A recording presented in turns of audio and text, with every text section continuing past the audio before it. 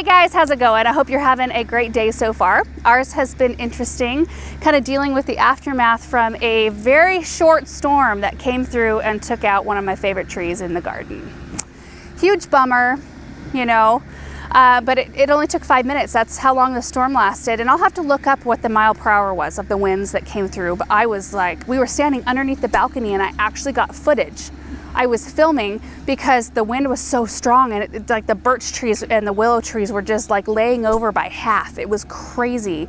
And I just, was filming that. And then all of a sudden this tree came down and I happened to have my camera pointed at it, which is nuts. I can't believe that. From different times, heavy wind, heavy rain.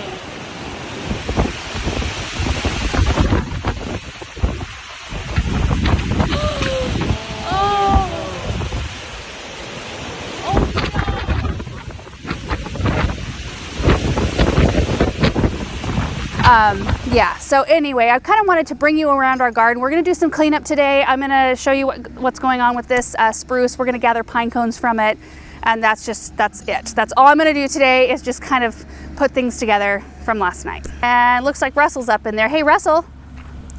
Russell, you checking it out? See? Look at all the pine cones. I can all of a sudden reach a whole bunch of real neat cones. Glass half full. Got to keep the positivity, you guys. And Aaron was commenting that we could finally take our Christmas lights down that we couldn't reach. Let me show you what it did to the locust tree. Not much, honestly. If you look up in the canopy, you can see a cracked branch there. That wasn't from the spruce. That was just from the wind. So we'll clean that out. And then the spruce snagged the end of this branch. You can just see it just drug it down and cracked it right there. So we'll have to remove that. After we remove those, we may need to do some structural pruning just to kind of shape up the tree a little bit. But I'm thankful nothing else happened to this one. Also, Aaron's tree that he bolted together did great. Let's come look. Oh, and you guys, Chad is here with his guys. They're working on getting the area leveled and filled in around the Hartley. And then the brick guys, I think, are going to come back either later today or tomorrow to finish up the fascia. I'm so excited. Nothing happened to the Hartley. I should have probably started with that. When I posted the video of the spruce going down, a lot of the comments from you guys were like, is the Hartley okay? Yes, the Hartley sailed through with no problems whatsoever. Thank the Lord. I actually thought if those big pine trees, especially the one that was kind of diseased, if they were still there, I bet you they would have, at least that one would have fallen down and possibly damaged a big part of that Hartley. So whew, we're good there. So this locust tree, you can see the bolts that Aaron put in, it cracked. For those of you guys that didn't see that last year, this tree cracked right down the main trunk all the way to here. See that? And it was pulled apart like this far up at the top. And he cabled it here and bolted it together, and this tree sailed through the storm with absolutely no damage. Good job, Aaron. Can't believe it. All right, so let me show you the root ball because this is interesting. The peasant girl that Aaron bought me for Christmas, one of our first Christmases together, I think it was either first or second Christmas, he bought me this statue when we still lived in our first apartment, and she survived. Isn't that awesome? Actually, she kind of looks pretty, kind of cloaked in the spruce. Oh, look at this. I learned, see, this is a learning experience for me, a couple of things. First off, spruces, I guess, are known as widowmakers, or some people call them widowmakers because they don't send out a long taproot, like from the bottom, from the center. They don't anchor themselves down like that. They kind of do more surface roots, which you can definitely see. So they get to a point sometimes where if the wind takes them, they're so top heavy that the roots can't support that and they'll just kind of pull up from the ground. The other interesting thing is, check this out. Look what's still underneath this tree. It's wire basket, and whoever planted it did not take the string off the bottom of it. I don't know if that plays any part because they don't put a taproot down, and clearly, like, it's got huge roots all over. Oh, there's a water pipe. Excellent. I wonder where that goes. Anyway, like, I don't know if this played any part of the damage that happened or the weakness of the tree, but it's crazy to me to think that this tree, which I'm guessing, I don't know, what do you guys think? Like between 20, 30 years old, maybe? I mean, it's a massive tree. It's crazy to think that that wire basket is still there. I mean, it's falling apart, the basket part, but the rope's not. This baling twine is not falling apart. So that's how important it is to take the junk from around the B&B trees off the root ball. Maybe not, like Aaron did a bunch of research, because when we planted our other spruce trees on the new property, which I'm now rethinking, he did a bunch of research, and it said that the wire basket was okay to leave on the root ball, that most of the time they fall apart like this. And I'm guessing in more wet climates, which most other climates are more wet than we are, that the process of the breakdown of the basket probably happens a lot quicker than it does here.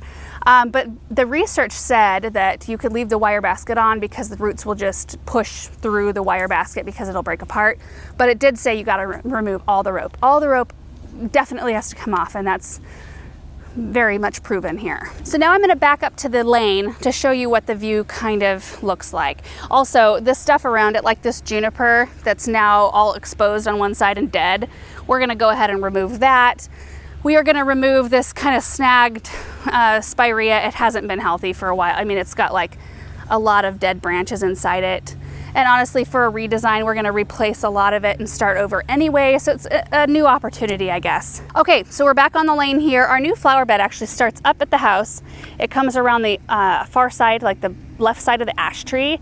It comes in, it's not very defined right now because the grass is very patchy. We've got a lot of weeds, but we can't get rid of the weeds until we've mowed a few times, and that won't be for a while. So flower bed comes out, it swings, it's gonna swing in here, and then it swings back out, and then it comes to the lane. So all of this is gonna be a really big, deep flower bed. So, you know, we've just put the fake rocks there for now because people kept turning around in it.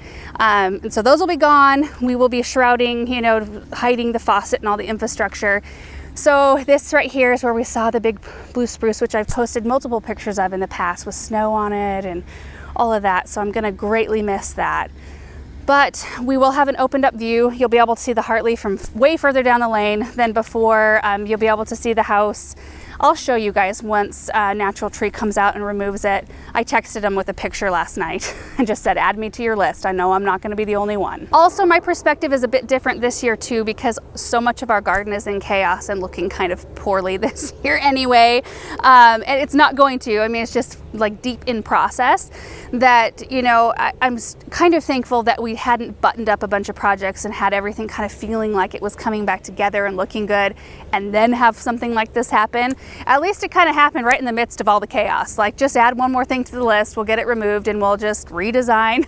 And, you know, I'm trying to think positive, you guys. Other than the dirt, like, it's so grimy everywhere because when it was blowing that hard and blowing that dusty dirt everywhere, it was also raining at the same time. So like the side of our house, like every bit of our lawn furniture, we've got pillows everywhere. I gotta go gather up pillows, but everything got dirty in this storm. And I'm so thankful that the Hartley installation team told me not to worry about the glass. They said, don't even bother cleaning this glass until you have your floor down, because there's so much powdery dirt. You get even a little bit of a breeze and that glass is gonna be dirty again, and it's gonna frustrate you. So I'm just putting the blinders on for the moment, and we will deal with that later.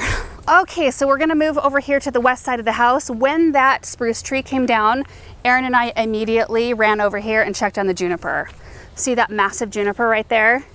If that fell down, that would break our house. And that would probably be the moment where I'd wanna move. So I'm glad it stayed upright. So this lilac right here, which I've talked about before, has a lot of dead in it anyway. One of the branches fell out, so like not a surprise there. In fact, we might be able to see boar damage. Yep, I can see holes. See those holes right here from boring insects? They get in there, they lay their eggs, and then they like nest inside of branches. And so every time you've got boring insects like that, they just create weakness in your branches. And that happens to willows, birches, lilacs, primarily in our area. Okay, now we're gonna head to the vegetable garden. A few arb branches are kind of hanging low. We can kind of tuck those back up in the arb canopy.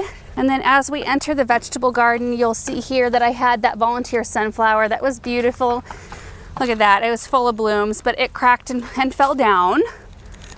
My corn, this is the glass gem ornamental corn. All I need to do is stake that back up. It'll probably be just fine. So I'm not too worried about that. We'll do that this morning. There were a few little branches underneath the willow tree, but nothing to write home about. Actually, far fewer than normal. And I think it's because I recently heavily pruned that canopy. Remember in a maintenance video not long ago? I think that helped it out big time. And the rest of it, honestly, is just little stuff. I had to put my, not this Japanese maple that I just repotted. but there's one in the corner. I had to stand back up. And there's just a lot of little stuff that fell out of trees and blew out of the back of the truck. There's wheat that was still in the truck that is kind of all over the place. So I'm just gonna bring a blower along. Aaron just asked if I could blow it into the grass when I'm out here doing my cleanup, and then he's gonna come out here with his lawnmower and pick it all up. So honestly, very minimal damage in terms of other things, just the big tree. On the new property, in the cut flower garden, we went around on the gator last night. There's a couple sunflowers that are kind of leaning, but that's it. Everything looks really good out there. I'm so thankful. The fruit trees look good. Everything else looks great. So we just have to deal with that spruce. It creates a new opportunity for designing out there. So anyway, let's go get some things so we can stake up the corn and gather up pine cones and such.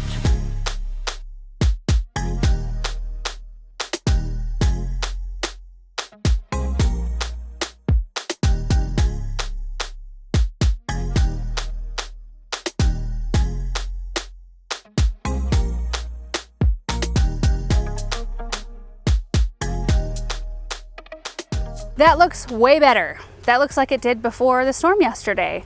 And this glass gem I planted after our ambrosia, which we actually ate the first of last night. It was delicious. So this one hasn't started to tassel yet.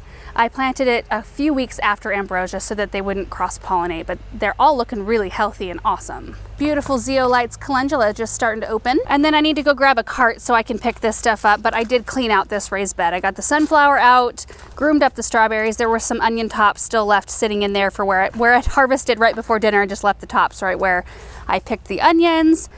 But now we've got some extra space in here to do some stuff. My other big sunflower volunteer that came up right in the middle of the roses behind the fireplace, that one also went down. So I'm gonna go get the gator and I'm gonna get this pile picked up. We'll take care of that sunflower, then I'll get all the surfaces blown off. So let's just do that quick before we do pine cones. And sidewalks. There's so much like where water ran onto the sidewalks with mud that the blower doesn't even handle it. I have to kind of scrape up the mud first before we blow off the sidewalks. It always kind of happens right when you feel like things are starting to look better around here.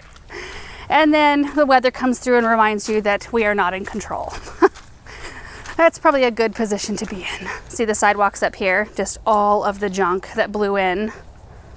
No damage up here, thankfully. Just crummy looking sidewalks. Then we gotta pick up cushions. This is where we've gotta scrape some of the dirt off the sidewalk. The blower just won't pick it up. The pots came through looking nice. Thankful for that.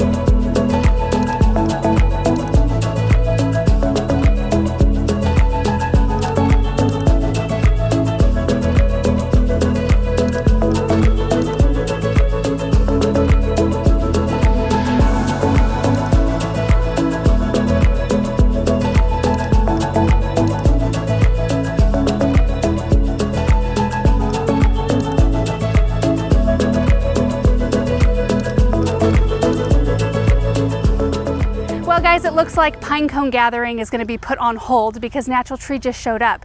I thought I could get through all my cleaning and then gather up some pine cones. I didn't expect them to get out today. So anyway, I think we'll set up a camera so you guys can see this process. It's fascinating. Even though it's a bummer, it's still a fascinating process. They're so fast. All right, so here they are. There's a few trucks here. There's another one coming through right here. What they're going to try to do is they're going to try to cut the spruce here and take this whole piece out to attempt to save the boxwoods. How sweet. So we'll see what happens here. They're also going to take this juniper out and clean up the locust tree while they're at it.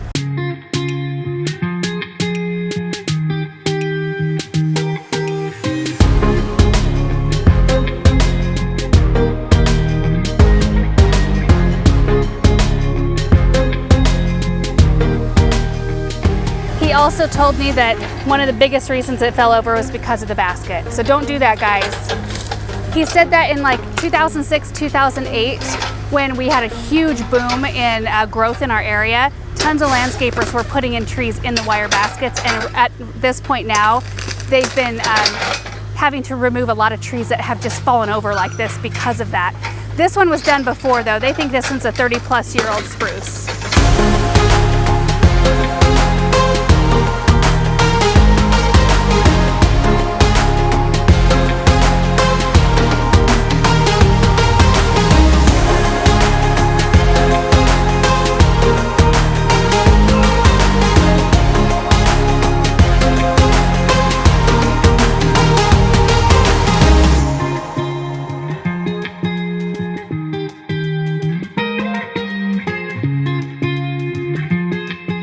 Believe how fast they did that? So everybody, they said that they want all landscapers to know that you need to take your tree roots out, your tree root ball out of the wire cage. But they got it out in 2 pieces, got it kind of drug out of the way. I think the boxwoods might actually be okay, which is insane. I think the oak leaf hydrangeas, look at the bloodgood Japanese maple is still standing. Look at that. Here's the locust branch. I'm gonna drag this away real quick.